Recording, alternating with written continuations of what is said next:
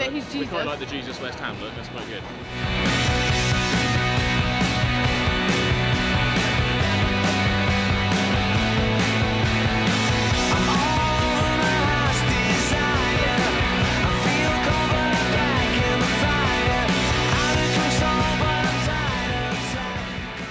Welcome a very funny, a very clever, and a very sexually diseased man, Russell Brand, ladies and gentlemen.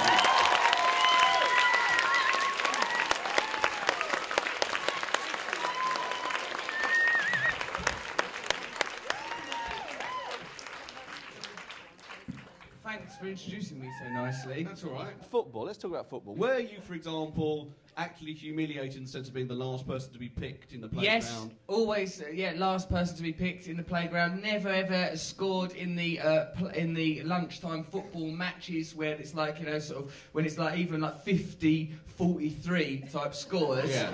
I would still not get on the score sheet. I'd be lucky to be selected, just ambling about, kicking crisp packets. Tubby, lost, alone. Yeah. Somehow, though, I've come to love that game. Right. You've got a very interesting take on masculinity. Because, you know, you're a big shagger. I think we can say that safely. I think it's safe to say that I do enjoy sexual intercourse. You do enjoy that. You like football, right? I like that also. Yeah, so it's all very kind of, that's all very masculine. And then you ponce about like a big prancing dandy, don't you? That's basically, and so you confuse deliberately and very successfully ideas of masculinity. Yeah. So I wonder if that's all to do with having grown up in Essex, in a football-loving household, but being shit at football and being a bit of a circus freak. I think you and I mean, sort of, you know... No, that's not fair. In that context... No, that's hurtful now. In that context. No, don't get destroyed. I'm not trying to destroy you psychologically. No, but I wonder if that's... It'd be good to see a transcript of this conversation that there's a bit where you went, I'm not trying to destroy you psychologically, said Badiel. Yeah. And then just weeping from the other side.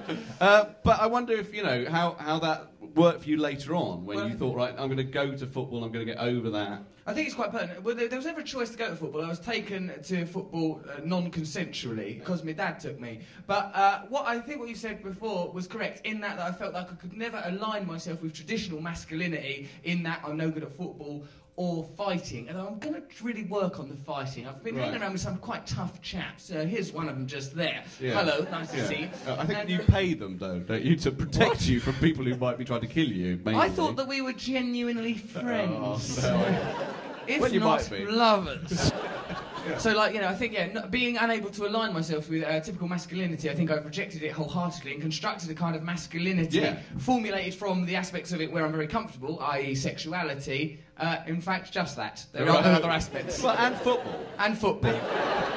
I suppose that the reason that it's not difficult for me to write them articles without being compromised is because there is often a corollary between the way I see football, the way I see myself, and the way I see the things that are significant and important in life. In fact, David, if I may read momentarily... Please do. Read a bit, yeah. Thank you.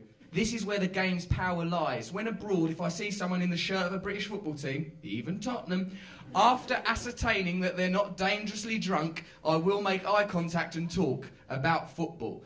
It gives us common language. We recognise that whether you're hollering for Hull City to stay up, this was written a while ago, or for Manchester United to gobble up another cup, what you're actually doing is submerging your identity as an individual into a whole that is common to us all. Separation is an illusion, and in a game that is built around opposition, we discover that ultimately we are all one. Please, could you give a huge round of applause to the fabulous Russell Brand? Thank you. And David Badiel, thank you. Thank you very much for doing that, David.